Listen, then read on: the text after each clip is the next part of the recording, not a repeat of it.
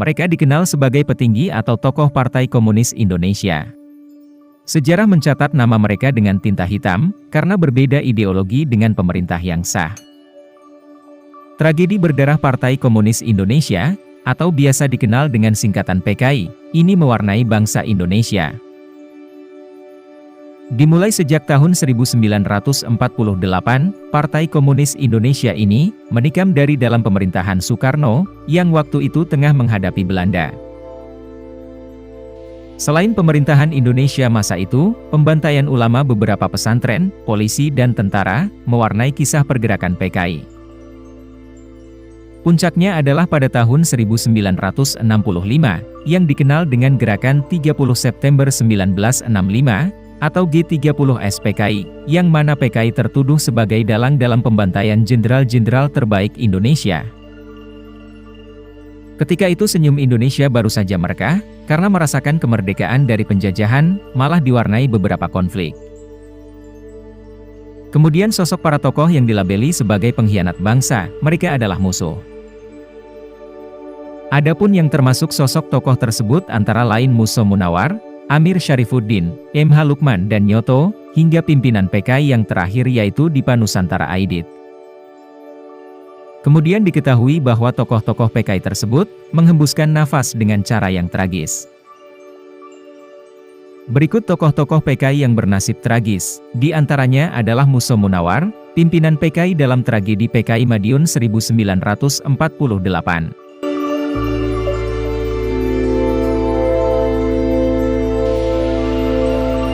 Nomor 1. Musa Munawar.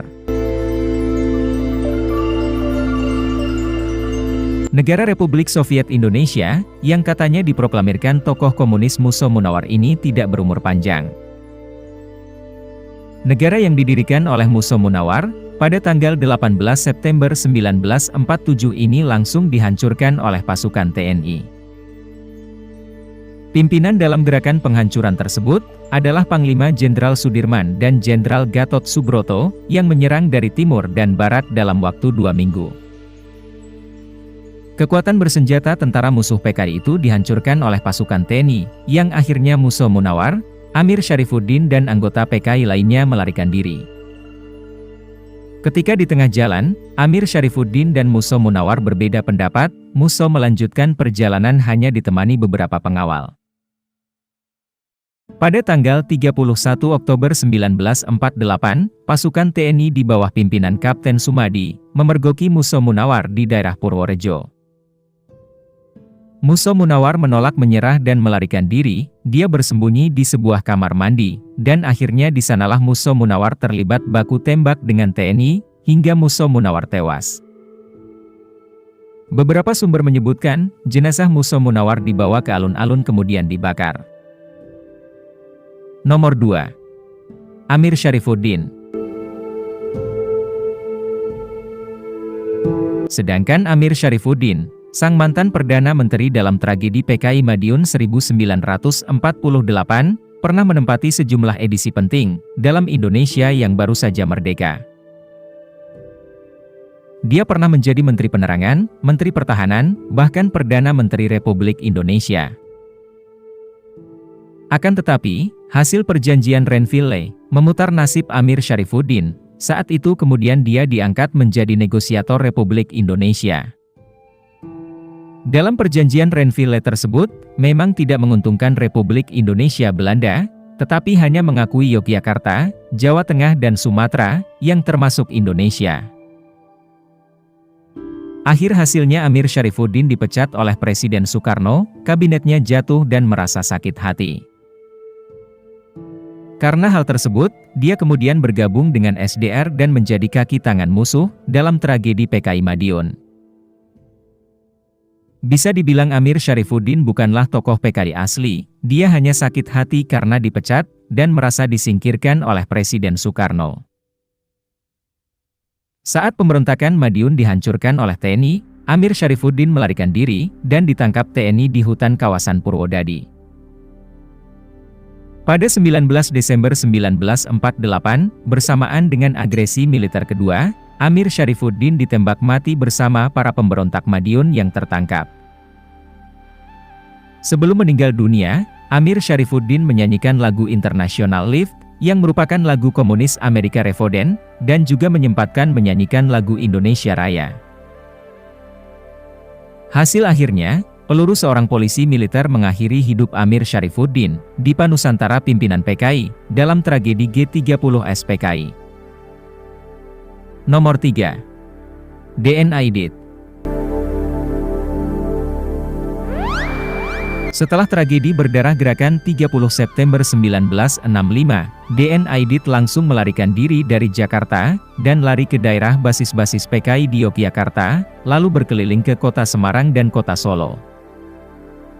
Dia masih sempat menemui beberapa pengurus PKI di daerah, untuk melakukan koordinasi penjelasan detail lainnya. Dia menggunakan hayatnya. Hasilnya pada tanggal 22 November 1965, DN Aidit ditangkap oleh pasukan Brigade Infanteri 4 Kostrad, di kampung dekat stasiun Balapan Solo. Kepada Komandan Brigif 40, Yasir Hadibroto, DN Aidit minta dipertemukan dengan Soekarno. Dia mengaku sudah membuat pengakuan tertulis soal G30 SPKI. Dokumen itu rencananya akan diberikan kepada Presiden Soekarno, akan tetapi keinginan Aidit tidak pernah terpenuhi. Keesokan harinya, Yasir dan pasukannya membawa DN Aidit ke sebuah sumur tua di belakang markas TNI, di kota Boyolali. DN Aidit berpidato berapi-api sebelum ditembak berondongan senjata AK-47, yang mengakhiri hidup sosok Ketua Komite Sentral PKI tersebut. Kuburan pasti DN Aidit tidak diketahui, hingga kini satu riwayat mengatakan, mayat Aidit dibuang ke sebuah sumur tua di Boyolali. Nomor 4. MH Lukman.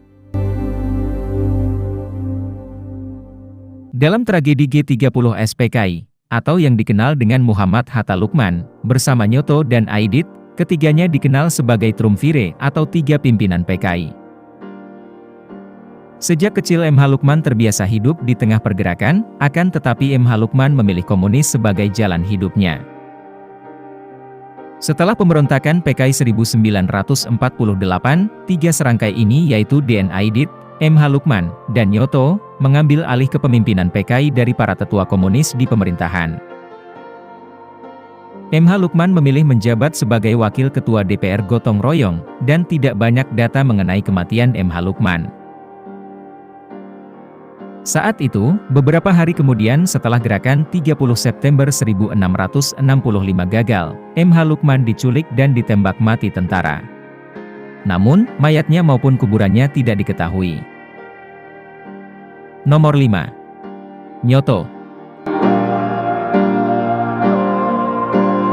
Sedangkan Nyoto adalah sosok yang menjadi Menteri Kabinet Dwi Korah mewakili PKI, dan dia adalah salah satu orang yang dipercaya Soekarno untuk menulis pidato kenegaraan yang akan dibacakan Soekarno.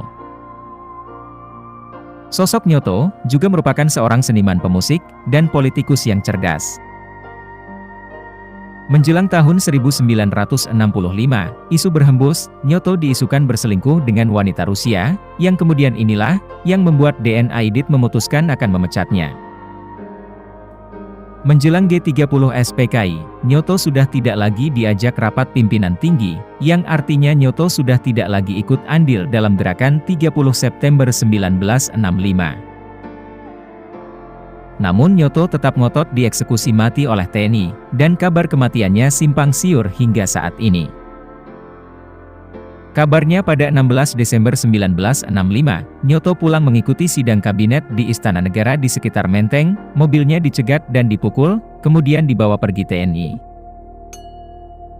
Diduga dia langsung ditembak mati, nasibnya pun sama dengan DN Aidit dan MH Lukman, kuburannya tidak diketahui hingga sekarang. Itulah beberapa tokoh PKI yang dieksekusi mati oleh TNI, dengan tanpa diadili.